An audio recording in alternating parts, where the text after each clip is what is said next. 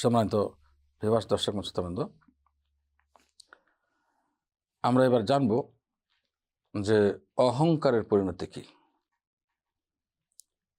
ইবনে মাসউদ রাদিয়াল্লাহু তাআলা আনহু থেকে বর্ণিত, হাদিসটি সহিহ মুসলিমের। ইবনে মাসউদ রাদিয়াল্লাহু তাআলা আনহু মহানবী সাল্লাল্লাহু আলাইহি ওয়াসাল্লাম থেকে বর্ণনা করেন। তিনি মহানবী সাল্লাল্লাহু আলাইহি ওয়াসাল্লাম বলেছেন, লা ইয়াদখুলুল জান্নাহ মান কানা ফি কলবিহি মিসকালু যাররাতিন মিন কিবর।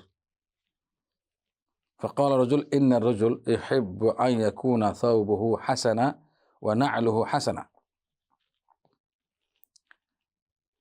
فقال إن الله جميل يحب الجمال، الكبر بطر الحق وغمط الناس। মহানবী সাল্লাল্লাহু আলাইহি ওয়াসাল্লাম বিশাল মেসেজ দিয়েছেন অল সমাজের জন্য, অল মানব জাতির জন্য। আল্লাহ রাসূল বলেন যে জান্নাতে প্রবেশ করবে না ওই ব্যক্তি যার অন্তরে সামান্য সরিষার দানা পরিমাণ কি রয়েছে?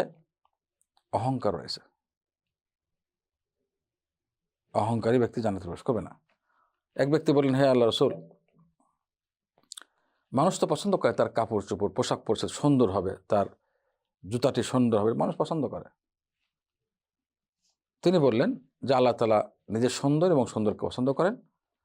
অহংকার হলো হককে প্রতিরোধ করে দেওয়া, অ্যাকসেপ্ট না করা, কবুল না করা, এবং মানুষকে হেয় প্রতিপন্ন করা, ছোট করা।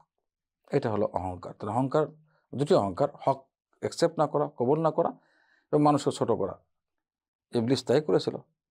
কি বলেছিল? খলাকতানি মিন নার ওয়া খলাকতানি মিন তিন। আদমকে মাটি দিয়ে সৃষ্টি করেছে আল্লাহ, আমাকে আগুন দিয়ে। সুতরাং আদমকে ছোট করেছে সে, এবং হক জিনিস সে কবুল করেনি, আদমের ফজিলত সে কবুল করেনি, মর্যাদা কবুল না করে আল্লাহ তাআলার অবাধ্য হয়েছে। অহংকার করার কারণে সে ছেলে জীবনের জন্য লাইন হয়েছে, মারদুদ হয়েছে, প্রত্যাখ্যাত হয়েছে, অভিশাপ প্রাপ্ত হয়েছে। এমন কাজটি কখনো করা যাবে না। এটা অহংকারটা হলো ইবলিসের বৈশিষ্ট্য। আর তাওয়াদু হলো আদমের বৈশিষ্ট্য। সুবহানাল্লাহ। আমরা বনি আদম, বনি ইবলিস না, বনি শয়তান না।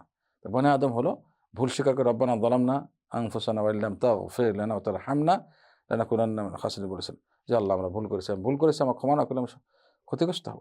তো আদম নিজের ভুল স্বীকার করেছে, সেটাকে ছোট করেছে এবং আল্লাহর সামনে বিনয় হয়েছে, অহংকার করেনি। এটা আদম আলাইহিস সালামের বৈশিষ্ট্য। সুতরাং আমরা আদম আলাইহিস সালামের বৈশিষ্ট্য অবলম্বন করবো, ইবলিসের অহংকারী বৈশিষ্ট্য অবলম্বন করবো না। আসসালামু আলাইকুম ওয়া রাহমাতুল্লাহি ওয়া বারাকাতুহু।